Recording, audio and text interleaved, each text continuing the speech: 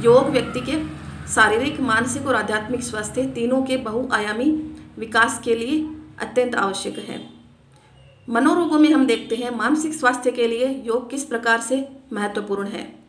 मन का स्थान आचार्यों ने आयुर्वेद में सिर और तालू के मध्य माना है।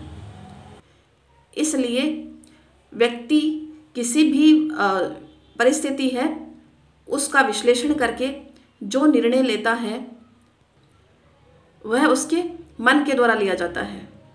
क्योंकि मन का स्थान भी सिर और तालू के मध्य माना है, तो हालांकि निर्णय वो मस्तिष्क से लेता है, लेकिन इसमें मन भी उसका इन्वॉल्व होता है। तो मन के द्वारा एक सुदृढ़ और अच्छा निर्णय लेने के लिए जरूरी है कि व्यक्ति है वो सभी परिस्थितियों का विश्लेषण है वो कुशलतापूर्वक कर सके। उसको व्यक्ति को पता होना चाहिए कि कौन सी चीज़ सही है, कौन सी गलत है, कौन से नियम के अनुसार उसको ऐसा निर्णय लेना चाहिए। इसके लिए ज़रूरी है कि व्यक्ति ज्ञानवान हो, उसको सही और गलत का ज्ञान हो।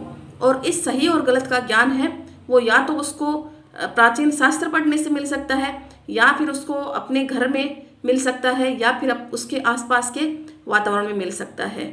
क्योंकि ज्ञान और शिक्षा में बहुत फर्क होता है।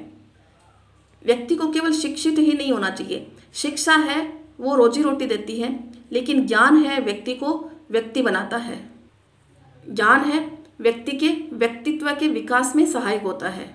इसलिए जो व्यक्ति ज्ञानवान होता है वो शिक्षित तो होगा ही, इसके अलावा उसका व्यक्तित्व बहुत सुदृढ़ होता है। लेकिन जरूरी नहीं कि एक शिक्षित व्यक्ति है उसका व्यक्तित्व बिल्कुल अच्छा हो या सुदृढ़ हो। इसलिए एक ज्ञानवान व्यक्ति जब निर्णय लेगा मस्तिष्क से तो उसका निर्णय भी ज्ञान युक्त होगा, और ज्ञान युक्त अगर निर्णय होगा तो उसमें उसको सफलता मिलने की भी अधिक संभावना होगी। इसी प्रकार जब एक अज्ञानी व्यक्ति कोई निर्णय लेता है तो उसको परिस्थितियों का ज्ञान नहीं होता है, कौन से नियम है, अनुशासन है, उसके बारे में अज्ञानी व्यक्ति को ज्ञान नहीं होता है, और इसी अज्ञानता के परिणाम स्वरूप वो गलत निर्णय लेता है। गलत निर्णय अगर गलत होगा तो उसमें उसको सफलता नहीं मिलेगी। सफलता नहीं मिलेगी तो व्यक्ति हतोत्साहित होगा और मनोरोग उसके पास में होंगे, मनोरोगों से वो ग्रसित हो जाएगा। तो इसी प्रकार के मनोरोगों में हम देखते हैं एक पैनिक डिसऑर्डर, एक मेंटल डिसऑर्डर है जिसके जो है स्पेशली इसको एंजाइटी डिसऑर्डर हम कह सकते हैं। इस पैनिक डिसऑर्डर में क्या होता है, इसमें अनएक्सपेक्टेड रिकरेंट पैनिक अटैक्स रोगी को आते रहते हैं। ये पैनिक अटैक रोगी को अचानक से कुछ समय के लिए आते हैं, जिसमें इसके अधिकतम जो मैक्सिमम डिग्री ऑफ सिम्टम है यानी इसके लक्षण है वो कुछ मिनटों तक पाए जा सकते हैं। इसके लक्षणों की अगर हम बात करते हैं, इसमें लक्षणों में व्यक्ति के पास में एक अनकंट्रोलेबल फियर पाई जाएगा, यानी उसको एक अनियंत्रित भय उसके पास में आ जाएगा। उसको ऐसा लगेगा कि एक ऐसा भय उसके पास में होगा जिसको वो कंट्रोल नहीं कर सकता है, जिससे व्यक्ति की हार्ट बीट बढ़ जाएगी, पर्सपिरेशन उसको होगा, मतलब बहुत ज़्यादा पसीना आएगा, डिजीनेस उसको होगी, डिस्पनिया सांस लेने में तकलीफ होगी, और ट्रेमलिंग इसमें होगी। व्यक्ति को मतलब चक्कर जैसे आएंगे और उसको ट्रेमर्स भी आएंगे।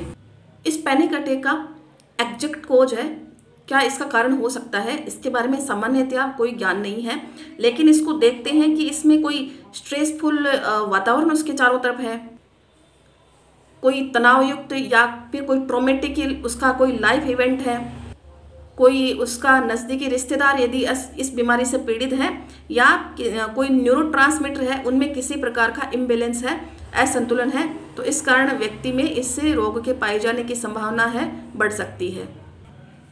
इसमें व्यक्ति को नम्बनेस भी हो सकती है और उसको लाइफ थ्रेटनिंग महसूस हो सकता है।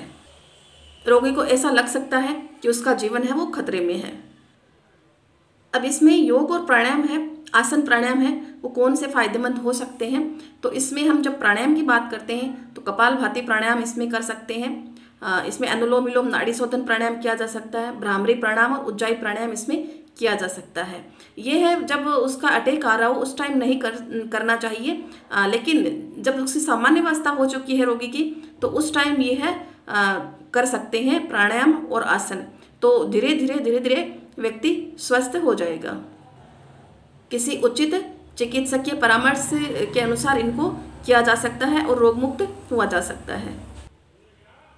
आसन की जब बात करें तो इसमें बालासन है, इसके अलावा पाद हस्तासन, विपरीत करणी, उष्ट्रासन, बद्ध कोणासन, धनुरासन, पादांगुष्ठासन, मार्जरासन, वित्तिलासन, अधोमुख स्वानासन, उत्तानासन, पश्चिमोत्तानासन, सेतुबंधासन, मत्स्यासन, शवासन, वीरभद्रासन प्रथम और द्वितीय प्रकार, त्रिकोणासन, वक्रासन, मत्स्यचंद्रासन, आनंद बालासन, सलंब, सर्वांगासन और पद्मासन। ये आसन है कुछ और कुछ प्राणायाम है जिनका उपयोग करके व्यक्ति स्वस्थ हो सकता है।